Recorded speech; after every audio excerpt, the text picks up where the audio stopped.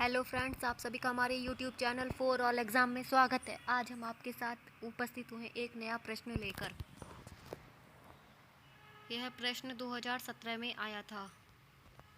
भारत में महिला शिक्षा के लिए समसामयिक नीतियों की विवेचना कीजिए। स्वतंत्र भारत में संवैधानिक रूप से स्त्री पुरुष को समानता का दर्जा हासिल है। संविधान के अनुच्छेद 45 के तहत 6 से 14 वर्ष तक के बच्चों को निःशुल्क एवं अनिवार्य शिक्षा का प्रावधान किया गया है। स्त्रियों को उच्च शिक्षा प्राप्त करने के अवसर उपलब्ध हैं। वह शिक्षा के सभी संभावित क्षेत्रों में उपलब्धि हासिल करने के लिए स्वतंत्र हैं।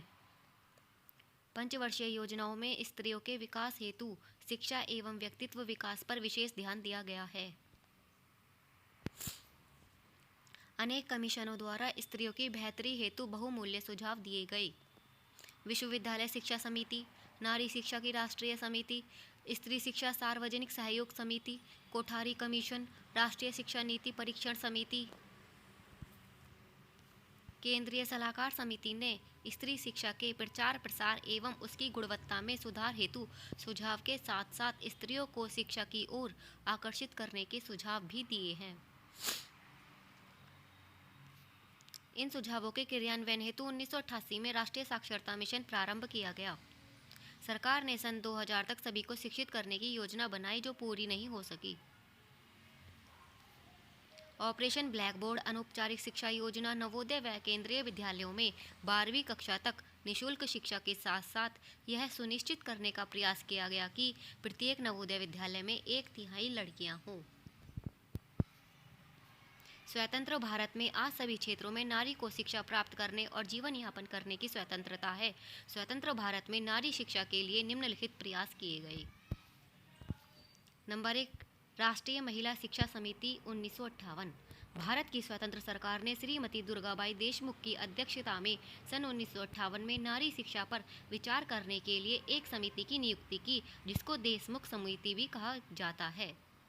इस समिति ने अपना प्रतिवेदन जनवरी 1959 में भारत सरकार के सम्मुख प्रस्तुत करते हुए निम्नलिखित सुझाव दिए। नंबर 1, एक निश्चित अवधि के अंतर्गत नारी शिक्षा का प्रसार करने के लिए केंद्र सरकार प्रयास करे।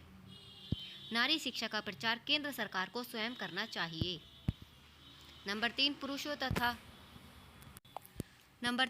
तथा स्त्रियों की शिक्षा व्यवस्था में पूर्ण समानता होनी चाहिए। नंबर 4, केंद्र सरकार को ही सभी राज्यों के लिए नीति एवं धन की व्यवस्था करनी चाहिए।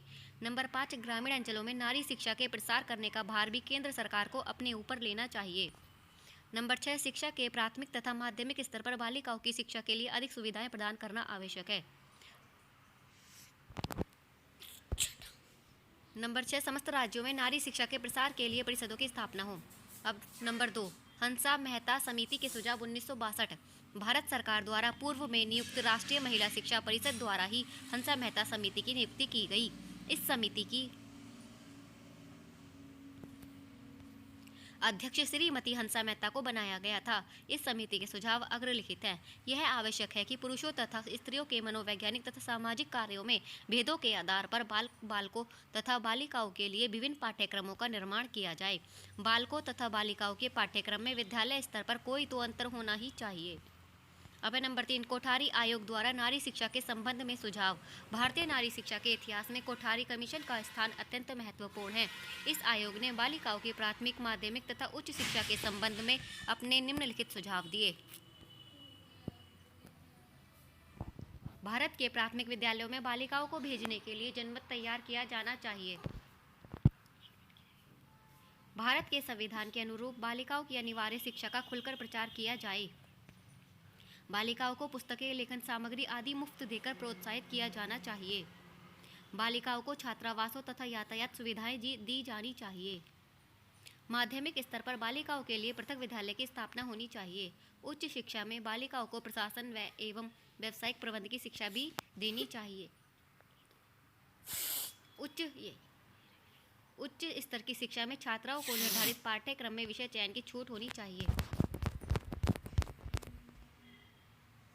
सो फ्रेंड, ये थी आज की हमारी वीडियो। अगर आपको हमारी वीडियो पसंद आई हो तो प्लीज़ लाइक करो।